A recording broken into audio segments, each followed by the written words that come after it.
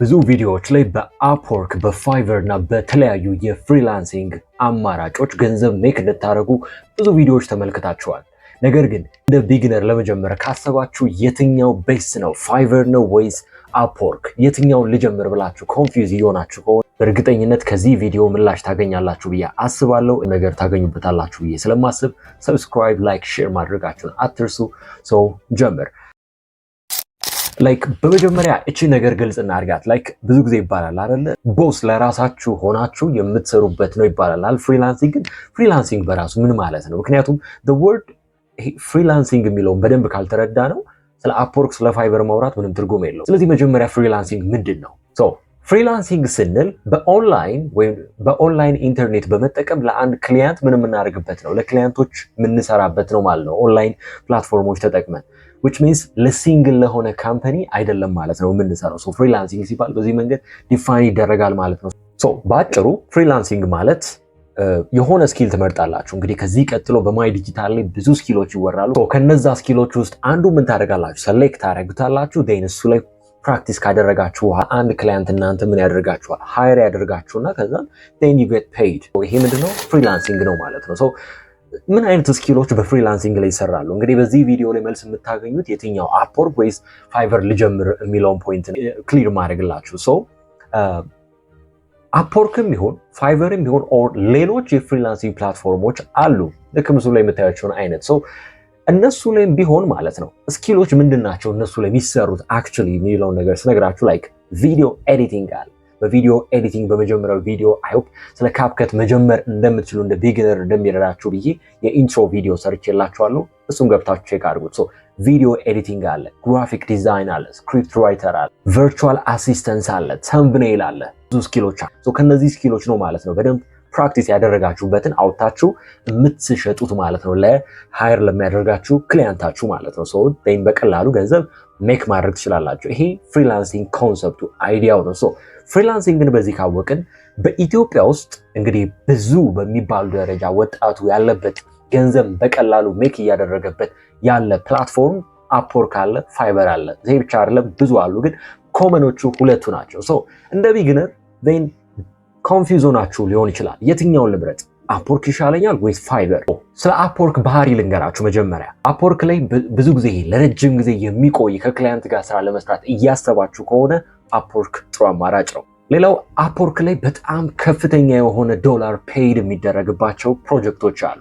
ያንን ማግኘት ትችላላችሁ።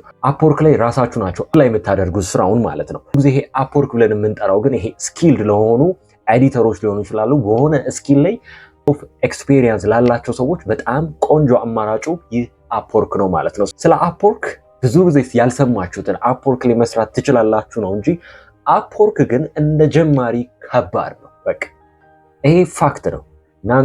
እዚህ ማይ ዲጂታል ላይ ስለ እያንዳንዷ ሶፍትዌሮች እንዴት ስኪል ዲቨሎፕ እንደምታደርጉና ስለዛች ሶፍትዌር ደግሞ ያለውን ፋክት በቀላሉ ነግራችኋለሁ። አፕወርክ ላይ ለጀማሪ ምንድነው አልኳችሁ? ከባድ ነው። ፕላስ ደግሞ ስትሮንግ የሆነ ፖርትፎሊዮ ይፈልጋል። ፖርትፎሊዮ ማለት ይሄ ነው ምስሉ ላይ የምታዩት ማለት ነው። በጣም ቢውልድ ያደረጋችሁት ስትሮንግ የሆነ ፖርትፎሊዮ ይፈልጋል። በዚህም ምክንያት ለቢግነር ምንድነው ማለት ነው ቻሌንጂንግ ነው አፕወርክ። በዚህ መንገድ ሂንት ካገኛችሁ አሁን ደግሞ ስለ ፋይቨር ልንገራችሁ። ፋይቨር ጋር ስንመጣ የራሱ የሆኑ ባህሪዎች አሉት። የመጀመሪያው ለቢግነር እኔ ሪኮመንድ ማድረገው ነው ብቻ አይደለም፣ ብዙ ፍሪላንሰሮች ይሄን ነገር ይስማሙበታል ብዬ አስባለሁ። እናንተ ደግሞ እስቲ ሐሳብ ካላችሁ ኮሜንት ላይ አስቀምጡ።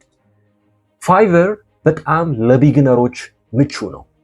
ይሄን ጎግል አድርጋችሁም ሰርች አድርጋችሁ ማየት ትችላላችሁ፣ ፋክቱ ማለት ነው። ለቢግነሮች ኢዚ ነው ማለት ነው ይህ ፋይቨር ብለን አፕወርክ ላይ ምን ነበር ያደረጋችሁት? ጆብ ለሆነ ስራ አፕላይ ነው ያደረጋችሁት። እዚህ ጋር ግን ጊግ ብለን የምንጠራው ነገር አለ። ያንን ጊግ ክሬት በማድረግ ክሊያንት ነው ወደ እናንተ ይመጣው፣ እናንተ አይደላችሁ ወደ ክሊያንት የምትሄዱት ማለት ነው። ይሄ የፋይቨር በጣም ቆንጆ ፊቸሩ ነው ማለት ነው። ይሄ ደግሞ ሌላው ደግሞ የፋይቨር ሌላኛው በጣም ቆንጆ ባህሪው ምን መሰላችሁ? የፋይቨር ላይ ከምናገኛቸው አድቫንቴጆች ውስጥ በጣም ሲምፕል ለሆኑ ታስኮች በጣም አሪፍ ነው፣ ፕላስ ፈጣን ነው። ስለዚህ በዚህ መንገድ ፋይቨር ተመራጭ ነው ለማኖች ለቢግነር። እዚህ ጋር ኮንፊውዝ ሆናችሁ ከሆነ መልስ አግኝታችኋል ብዬ አስባለሁ፣ በየትኛው ለመጀመር እንዳሰባችሁ። ፋይቨር አሪፉ አማራጭ ነው ለቢግነሮች ማለት ነው። እነዚህ ከላይ ገለጽኩላችሁ የፋይቨር አድቫንቴጆች ናቸው። ምንም እንኳን ከላይ ያሉት አድቫንቴጆች ቢኖሩትም ፋይቨር በራሱ ደግሞ የራሱ ድሮባኮች አሉት።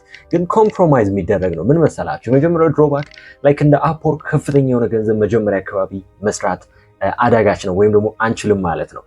ሌላው ከፍተኛ የሆነ ኮምፒቲሽን አለው። ሶ እንደ ቢግነር ፍሪላንሰር መሆን ከፈለጋችሁ ከአፕወርክ እና ከፋይቨር የትኛውን ልጀምር ብላችሁ እያሰባችሁ ከሆነ ፋይቨር ጉድ ኦፕሽን ነው ማለት ነው። ፋይቨር በጣም አሪፉ የሆነው አማራጭ ነው ማለት ነው። አይ እኔ ሲኒየር ነኝ ገንዘብ ሜክ ማድረግ ፈልጋለሁ በከፍተኛ ሁኔታ የምትሉ ደግሞ ከሆነ አፕወርክ ለእናንተ ተመራጭ ነው ማለት ነው። ነገር ግን ብልህ የሆኑ ፍሪላንሰሮች ምን መሰላችሁ የሚያደርጉት ሁለቱንም ነው ምን የሚያደርጉት አንድ ላይ የሚያስኬዱ። ስለዚህ እንደ ሪኮሜንዴሽን ሁለቱንም ቀስ በቀስ መጀመሪያ እንደ ቢግነር ፋይቨርን ጀምሩ ዜን አፕወርክን አንድ ላይ አድርጋችሁ ብትቀጥሉት ብዬ ሪኮመንድ አደርጋችኋለሁ ማለት ነው።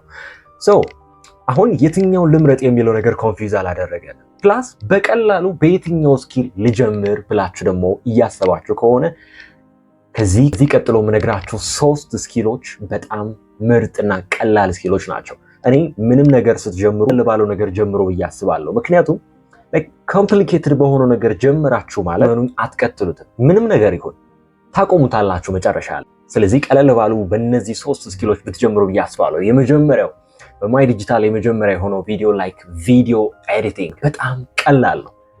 ቪዲዮ ኤዲቲንግ የራሱ የሆነ ምን አለው ሳይንስ አለው። ነገር ግን ያን ሳይንስ ለመረዳት ይሄን ያክል ኮምፕሊኬትድ አይደለም። ስለዚህ በቪዲዮ ኤዲቲንግ ብትጀምሩ በጣም አሪፍ ነው ብዬ አስባለሁ። ፕላስ ደግሞ በጣም ተፈላጊም ስለሆነ ማለት ነው። ሌላኛው ኦፕሽን ተምብኔል ዲዛይን ነው። አስቡ በቀን በከፍተኛ ቁጥር ወደ ዩቲዩብ ብዙ ቪዲዮዎች አፕሎድ ይደረጋሉ። ሶ አፕሎድ ለሚደረጉ ቪዲዮዎች ደግሞ ተምብኔል ትልቁ ቁም ነገር ነው። ሶ ቀጣይ ቪዲዮዎቻችን ላይ በማይ ዲጂታል ቆንጆ ተምብኔል እንዴት አድርገን እንደምንሰራ እገልጽላችኋለሁ። ሶ ተምብኔል መስራት ግን በጣም ሲምፕል ነው። ላይክ አዶቤ ፎቶሾፕ ያው በጣም ብዙ ፋሚሊዎች አሉ። አዶቤ በራሱ አዶቤ ፎቶሾፕን መጀመሪያ ኤክስፔሪየንስ ብታረጉት ወይ ደግሞ ፕራክቲስ ብታረጉት በቀላሉ ተምብኔሎችን ዲዛይን ያደረጋችሁ ገንዘብ ሜክ ማድረግ መጀመር ትችላላችሁ። ሶስተኛው እና በጣም ሲምፕል የሆነው ደግሞ ስኪል የትኛው ነው ብላችሁ ከጠየቃችሁኝ ትራንስሌሽን ነው። አንድ ናቲ ተፈሪ የሚባል ዩቲዩበር አቅርቦት አይቼ ገርሞኝ ነበረ በጣም እና ብዙ ገንዘብና ዶላሮችን ሜክ አድርጓል ይሄ ልጅ። ትራንስሌሽን በቀላሉ ነገርማችሁ ትራንስሌሽን በራሱ ተፈላጊ ነው።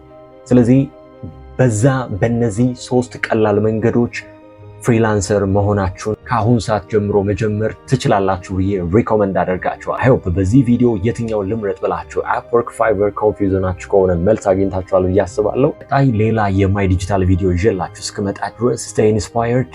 ይሄ ቪዲዮ እንደተመቻችሁ አልጠራጠርም። ሰብስክራይብ፣ ሼር፣ ላይክ ማድረጋችሁን አትርሱ። እስከዚያው ባባይ።